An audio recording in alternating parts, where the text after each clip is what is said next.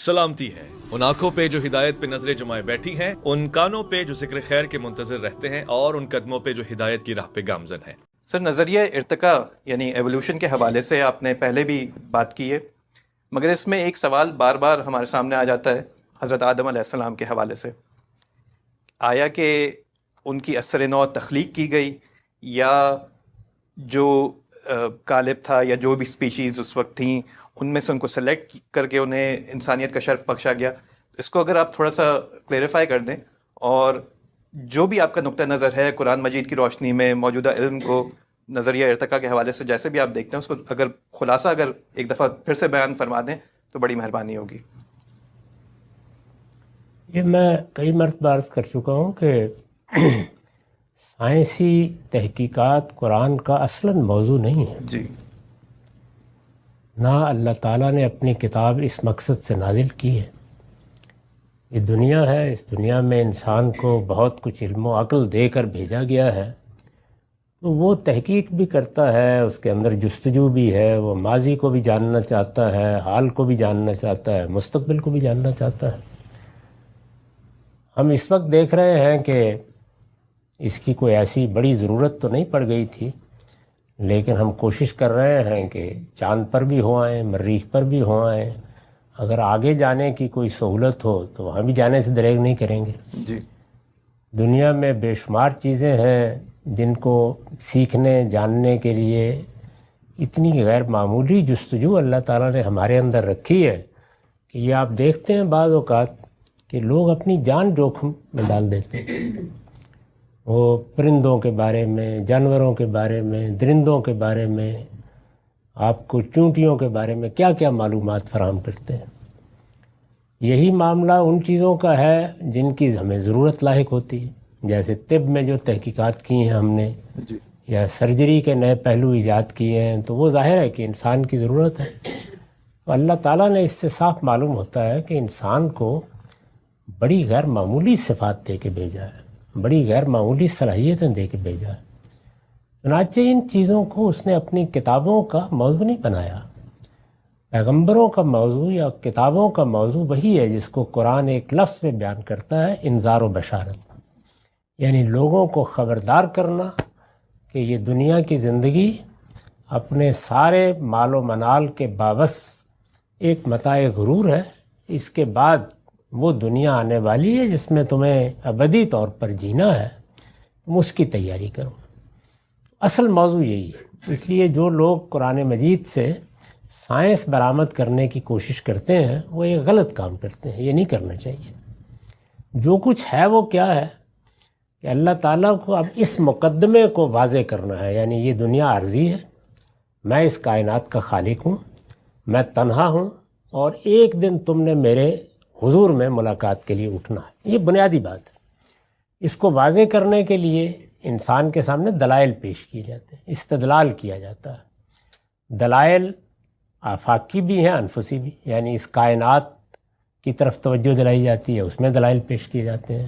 نفس انسانی کی طرف، ہمارے باطن میں بھی ایک دنیا ہے، ایک جہان اصغر ہے، اس کی طرف توجہ دلائی جاتی ہے۔ ایسے ہی علم و عقل کے مسلمات، ان کی طرف توجہ دلائی جاتی ہے۔ ماضی کی تاریخ وہ سنائی جاتی ہے۔ تو اس مقدمے کے اس بات کے لیے یہ سب باتیں ہوتی ہیں۔ اس ذیل میں جب آفاق کا ذکر آتا ہے اور یہ بتایا جاتا ہے کہ تم انسان ہو، تمہاری کیا حیثیت ہے، کیسے پیدا ہوئے تھے، تو توجہ دلانے کے لیے، یعنی انسان کے لیے اللہ نے اہتمام کیا کیا، اس کو کن مراحل سے گزارا، کس طرح بنایا، کس موقع پر بنایا، فرشتوں کا نقطہ نظر کیا تھا، یہ سب چیزیں انسان کو اس دنیا میں اسے کیا کرنا ہے یہ بتانے کے لیے سمجھائی جا رہی ہیں۔ یعنی اصلاً کوئی سائنس یا ماضی یا تاریخ بیان کرنا مقصود نہیں ہے۔ اس میں قرآن مجید ظاہر ہے اللہ کی کتاب ہے، تو وہ کوئی بات جب بیان کر دیتا ہے تو اس میں دو چیزوں کو ملحوظ رکھتا ہے۔ ایک یہ کہ جو اس کا اس وقت مخاطب ہے اس کے لیے وہ آئنسٹائن کا نظریہ اضافیت نہ بن جائے، اس لیے کہ کتاب کا اصل مقصد ہی فوت ہو جائے گا۔ یعنی ایسے اسلوب میں بیان کیا جائے کہ اس وقت کے مخاطب کے ذہن میں کوئی الجھن نہ پیدا ہو، اس سے، یعنی اس کے لیے وہ ایک سادہ علم کی جگہ رہے، لیکن اللہ بیان کر رہا ہے تو بیان ایسے کیا جائے کہ حقیقت کے خلاف نہ ہو، یعنی دونوں چیزیں اس میں ملحوظ ہوں۔ اس میں ہمیں بھی بعض ضمناً معلومات حاصل ہو جاتی ہیں۔ تو میں اس طرح کے تمام معاملات میں یہ زاویہ نظر رکھتا ہوں، یعنی اصلاً ہمیں کوئی معلومات دینا مقصود نہیں تھا، وہ ضمناً از راہ عنایت اللہ تعالیٰ نے جب بات بیان کی ہے تو حاصل ہو گئی ہیں۔ تو جو کچھ حاصل ہوا ہے اس میں میرے نزدیک زیادہ مواقع پر تو قرآن کا اسلوب بہت اجمال کا ہے۔ مثلا وہ کسی جگہ یہ کہہ دے گا کہ ہم کیچڑ سے ایک آدمی بنانے والے ہیں، بشر بنانے والے ہیں، کہیں یہ کہے گا کہ ہم نے انسان کو کھنکھناتی مٹی سے بنایا ہے، کہیں یہ کہے گا کہ ہم نے اس کو تراب سے بنایا ہے، یعنی مختلف الفاظ میں بالاجمال بات بیان کر دے گا۔ ایک مقام قرآن مجید میں ایسا ہے اور وہ سورہ سجدہ میں ہے جہاں کم و بیش مراحل بیان کر دیے ہیں۔ اس کی بھی ایک وجہ ہے کیوں وہاں بیان کیے ہیں، یعنی وہ بھی کوئی سائنسی معلومات فراہم کرنے کے لیے نہیں بلکہ وہاں استدلال کی ضرورت ہے بیان کیے۔ تو وہ مراحل جو بیان کیے گئے ہیں اس سے میں جو کچھ سمجھا ہوں یا اس سے پہلے استاذ امام جو کچھ سمجھے ہیں اس میں میرے اور ان کے درمیان کوئی اختلاف نہیں ہے۔ اس سے یہی معلوم ہوتا ہے کہ یہ بات تو ڈارون کی ناپایہ تحقیق کو پہنچی ہے یا ڈارونیت کے علمبرداروں کی کہ اس مخلوقات کا کامن انسیسٹر ایک ہی ہے، یہ تو نہیں پہنچی۔ اس میں ابھی بڑے سوالات ہیں، بہت مہارائج ہیں، لیکن اتنی بات صحیح ہے کہ اللہ تعالیٰ تمام مخلوقات کو یعنی جن کو بھی پیدا کیا ہے ان کو ایسے نہیں کرتا کہ اپنی آخری صورت میں اول پیدا کر دیتا ہے، بلکہ ان کو پیدا کرتا ہے ایک را اور خام صورت میں اور پھر ان کا تسویہ کرتا ہے۔ یعنی ایک لفظ تو یہاں اختیار کیا گیا نا، کامن انسیسٹر کی جو تھیری ہے اس میں وہ ارتقاء ہے۔ قرآن نے جو لفظ استعمال کیا وہ تسویہ ہے، یعنی جس طریقے سے آپ ایک گھر بناتے ہیں تو اس میں آپ پہلے ایک گرے اسٹرکچر کھڑا کر دیتے ہیں، پھر اس کے بعد اس کی تزئین کا کام کرتے ہیں۔ تو اس کو اگر آپ عربی میں ادا کریں یہ تسویہ ہے۔ یہ قرآن نے یہ تعبیر کئی جگہ اختیار کی ہے، وہاں بھی استعمال کیے، فخلق فسویٰ، معاف کیے۔ اس میں ہر مخلوق کے بارے میں یہ قیاس کیا جا سکتا ہے کہ ایسے ہی ہوا ہے۔ چنانچہ بہت سی چیزیں ہمارے بالکل مشاہدے میں ہیں، یعنی ہم یہ دیکھتے ہیں کہ جو پھل پیدا کیے گئے تھے، جو ہماری خوراک کی چیزیں پیدا کی گئی تھیں، ان کی پہلی صورتیں وہ نہیں تھیں جو اب ہیں، یعنی وہ تسویہ سے گزرتی ہیں۔ اور یہ تسویہ عام طور پر یعنی اور بھی ذرائع ہیں اس میں ماحول کردار ادا کرتا ہے، بہت سے عوامل کردار ادا کرتے ہیں، لیکن زیادہ تر یہ مثال کے طور پر آپ کے درختوں میں، پودوں میں پیوند کاری سے تسویہ ہوتا ہے، اور جانوروں میں عام طور پر یہ اختلاط سے ہوتا ہے، یعنی پیدا کرتا چلا جاتا ہے اس کائنات کا پروردگار، پھر ان میں سے بعض بہت کامل چیزوں کو لے کر یعنی جو بظاہر یعنی اضافی صورت میں ہوتی ہیں ان کو آپ ملاتے چلے جاتے ہیں۔ تو ملاپ کے نتیجے میں ایک بریڈنگ کا عمل ہوتا ہے اور اس سے تسویہ ہوتا چلا جاتا ہے، نئی سے نئی صورتیں بنتی چلی جاتی ہیں۔ ہوتی وہ ایک ہی صنف ہے لیکن اس صنف میں بے انتہا تنوع پیدا ہو جاتا ہے اور گویا اس کی بڑی تزئین ہو جاتی ہے۔ تو یہ تسویہ کا عمل ہے۔ تو وہاں یہ بیان کیا گیا ہے کہ ہم نے انسان کو جب بنایا تو اس میں بھی یہی کیا ہے، یعنی پہلے مرحلے میں اس کا حیوانی وجود بنایا ہے، پھر اس کا تسویہ کیا ہے، اور یہ تسویہ اس کے حیوانی وجود کی تکمیل کے بعد ہوا ہے، یہ بھی بتا دیا ہے، اور تسویہ کے بعد پھر ہم نے اس کو انسانی شخصیت دی ہے۔ تو اس کا لازمی نتیجہ یہ نکلتا ہے کہ حیوانی وجود کی جو صورتیں بھی پیدا ہوئیں اور وہ ہزاروں لاکھوں ہو سکتی ہیں، ان میں سے انتخاب ہی کیا گیا ہے، جو آپ کا سوال ہے۔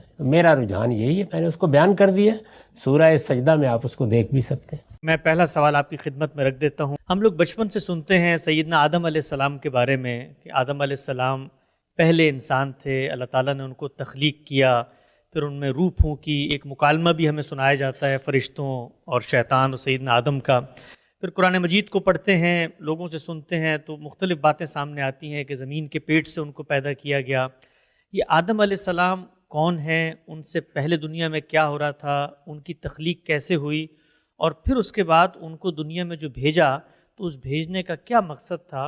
اور یہ جو پوری کی پوری داستان سیدنا آدم کو ہمیں سنائی جاتی ہے مختلف مذہبی روایات میں، اس میں کیا چیز پیش نظر ہے اللہ تعالیٰ کی جو اس داستان سے ہم سیکھیں، سمجھیں، بطور مسلمان اس سے اخذ کریں؟ پہلا سوال مجھ سے اس نوعیت کا کیا گیا ہے کہ وہ ایک لیکچر کا موضوع بن جائے گا، لیکن یہ ملاقات کی نشست ہے تو میں بہت مختصر طریقے پر چند حقائق سے آپ کو متعارف کرا دیتا ہوں۔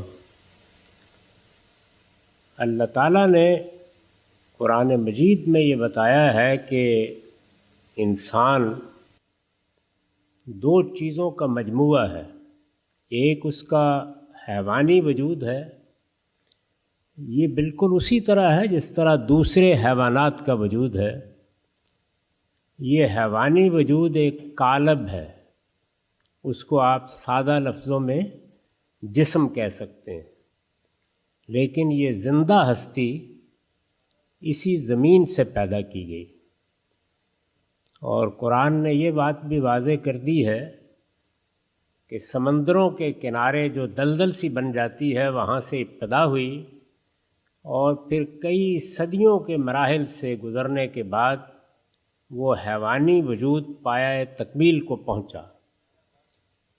قرآن نے ایک لفظ استعمال کیا ہے کہ کئی مرحلوں میں ہم نے اس کا تسویہ کیا۔ جیسے آپ ایک چیز بناتے ہیں تو پہلے اس کو آپ ایک صورت دے دیتے ہیں اور پھر آہستہ آہستہ اس کی تزئین کرتے ہیں۔ جیسے گھر بناتے ہیں تو ایک گرے اسٹرکچر کھڑا ہو جاتا ہے، اس کے بعد آپ اس میں کہیں پتھر لگا رہے ہیں اور کہیں قالین بچھا رہے ہیں۔ تو اللہ تعالیٰ نے یہ بتایا ہے کہ میں نے انسان کے حیوانی وجود کو بھی اسی طرح بنایا اور پھر اس کا تسویہ کیا، یعنی اسے ہر لحاظ سے بالکل درست کر دیا۔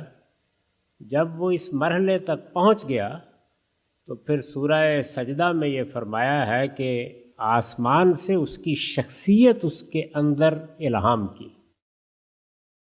اس طرح انسان اپنے جسم یا اپنے قالب کے لحاظ سے ایک زمینی ہستی ہے اور اسی طرح بنا ہے جس طرح کے دوسرے جانور پیدا ہوئے ہیں، لیکن انسانوں کی جو نسل اس وقت موجود تھی اور اس کے حیوانی وجود کے بے شمار نمونے پیدا ہو چکے تھے، ان میں سے دو کا انتخاب کر کے انہیں انسانی شخصیت دی گئی۔ تو انہی کو قرآن مجید نے آدم و حوا کی حیثیت سے متعارف کرایا ہے۔ حوا کا نام تو قرآن میں نہیں آیا، لیکن ان کی شخصیت کا تعارف قرآن نے کرا دیا ہے۔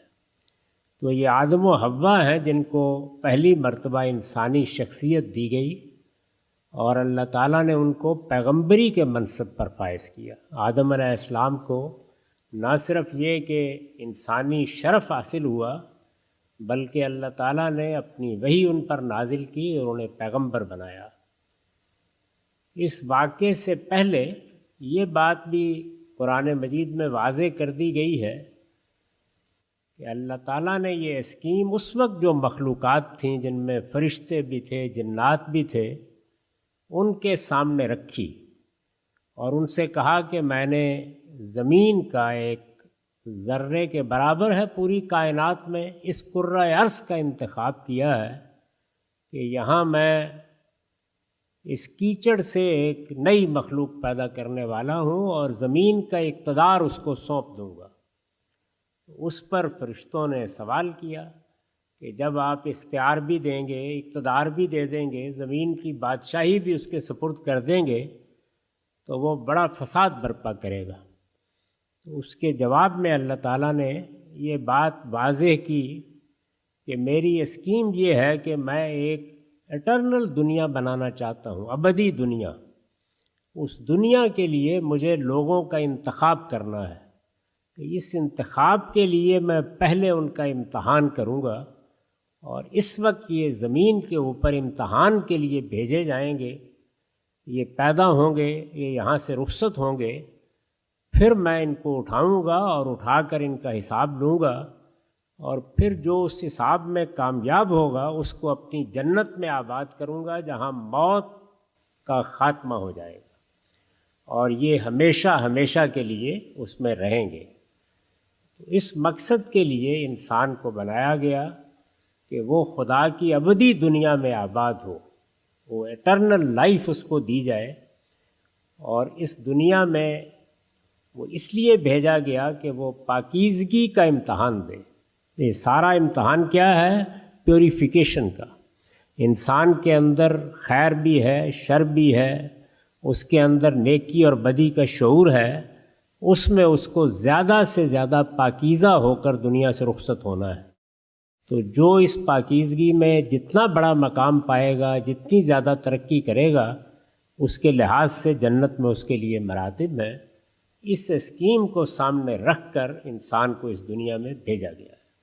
تو یہ میں نے مختصر طریقے پر وہ داستان آپ کے سامنے رکھ دی ہے، چونکہ یہ ملاقات اور سوالوں کی نشست ہے، اس وجہ سے زیادہ تفصیل نہیں کی جا سکتی۔ انسان سے پہلے بھی دنیا تھی، اور چونکہ اس کے ضمن میں یہ دو میں چیزیں گزارش کروں گا کہ اگر آپ پیلیونٹولوجی دیکھیں تو اس میں جو حضرت آدم کی تاریخ اور ٹائم لائن بتائی جاتی ہے تو اس سے پہلے بھی بہت ریکارڈ موجود ہے دنیا میں۔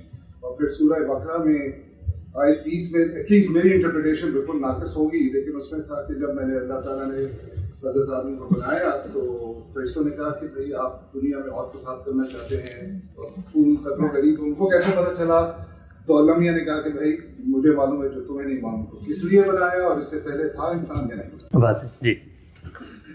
یہ دنیا اب تو سائنسی طور پر بھی بہت معلومات ہیں، ہمیں بتایا جاتا ہے۔ ویسے تو جدید تحقیقات میں ایک مرتبہ پھر شکوک پیدا ہو گئے ہیں کہ شاید عمر اور بڑھ جائے، لیکن 13.5 ارب سال کے قریب تو بتائی جاتی ہے اس دنیا کو وجود میں آئے، اور زمین خاص طور پر ہماری زمین بھی رہنے سہنے کے قابل ہوئے بھی اربوں سال ہو گئے ہیں۔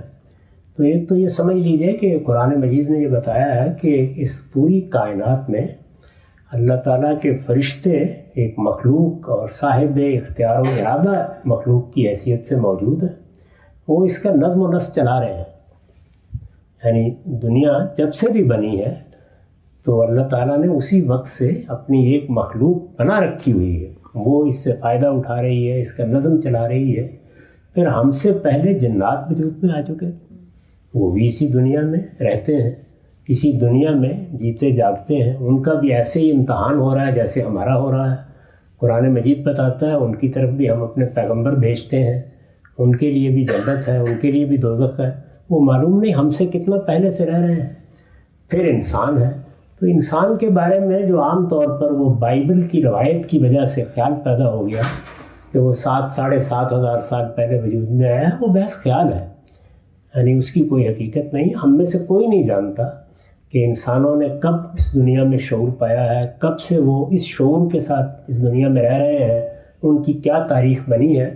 وقتاً فوقتاً بعض چیزیں برآمد ہوتی رہتی ہیں، اس سے اندازے کیے جاتے ہیں۔ مجھے یاد ہے کہ آج سے 50 سال پہلے تک انسانوں کی عمر کے بارے میں جو شواہد نظر آتے وہ 30,000 سال کے تھے، پھر وہ کوئی 60,000 سال ہوئے، پھر کوئی 1,00,000 سال، اب وہ لاکھوں سال تک جا رہے ہیں۔ تو اس وجہ سے اس میں انسان غور کرتا رہتا ہے، سوچتا رہتا ہے۔ قرآن نے ایک دوسری بات بھی کہہ دی ہے، اور وہ یہ کہ انسان پر ایک حیوانی دور گزرا ہے، اور نہیں کہا جا سکتا کہ وہ کئی نسلوں پر گزرا ہو۔ یہ فرمایا ہے کہ اس حیوانی دور میں انسان کو یہ شعور، یہ شخصیت نہیں دی گئی تھی۔ جب وہ پایہ تکمیل کو پہنچ گیا کئی نسلوں کے بعد، تو پھر اس کو یہ شعور اور یہ احساس دیا گیا۔ سورہ سجدہ میں اس کو بیان کیا ہے، آپ اگر چاہیں تو میری تفسیر میں وہ حصہ پڑھ سکتے ہیں، اس میں نے اس کے مراحل بھی بیان کر دی ہیں۔ تو یہ ساری چیزیں یہ بتا رہی ہیں کہ انسان بھی معلوم نہیں کب سے یہاں آباد ہے، اور کب سے اس دنیا میں رہ رہا ہے، اور کن کن صورتوں میں رہ رہا ہے، اس میں کوئی حتمی بات کہنا ممکن نہیں ہے۔ تو اس لیے اس میں کوئی تردد نہیں پیدا ہونا چاہیے۔ یعنی یہ دنیا اربوں سال سے بھی فرشتوں سے آباد ہے، جنات سے آباد ہے، اور پھر ایک وقت میں آ کر انسانوں سے بھی آباد ہوئی ہے، اور یہ جو باقی مخلوقات ہیں یہ ہم سے بہت پہلے کی ہیں۔ یعنی یہ جو ہمارے علاوہ ہزاروں مخلوقات ہیں، حشرات الارض ہیں، جانور ہیں، یہ بھی دنیا کو ہم سے بہت پہلے سے آباد کیے ہوئے ہیں. یعنی یہ تو ہم سائنسی لحاظ سے بھی جانتے ہیں کہ یہ ہم سے مقدم ہے، بہت پہلے سے آباد ہے. جو آپ نے قرآن مجید کی سورہ بقرہ کا حوالہ دیا ہے تو اس کو سمجھ لیجئے کہ اس میں کیا بات ہوئی ہے. اللہ تعالیٰ نے وہاں ایک لفظ استعمال ہوا ہے جس سے فرشتوں نے یہ نتیجہ نکالا ہے.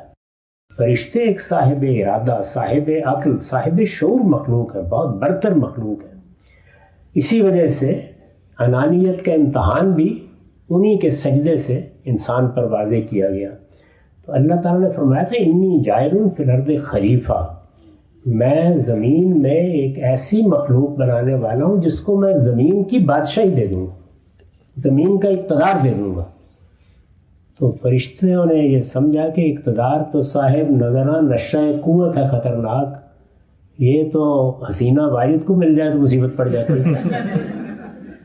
تو اس لیے انہوں نے اس لفظ سے نتیجہ نکالا اور اس میں دیکھیے کیا بات کہی. انہوں نے کہا ہم دنیا کا نظم چلا رہے ہیں، نحن نسبح بحمدک ونقدس لک، ہم تو آپ کی تسبیح کر رہے ہیں، پاکی بیان کر رہے ہیں، آپ کی حمد کر رہے ہیں، اور جو آپ فرماتے ہیں اس کے مطابق نظم چلا رہے ہیں. تو یہ کیوں ضرورت پڑ گئی کہ دنیا کی بادشاہی ہم سے لے کر اس انسان کو دے دی جائے؟ تو اصل میں بادشاہی ان سے لے کر جب ہمیں دینے کا فیصلہ کیا گیا تو اس پر انہوں نے سوال کیا کہ ارادے اور اختیار کے ساتھ بادشاہی اگر آپ دیں گے تو پھر تو فساد ہی پیدا ہوگا.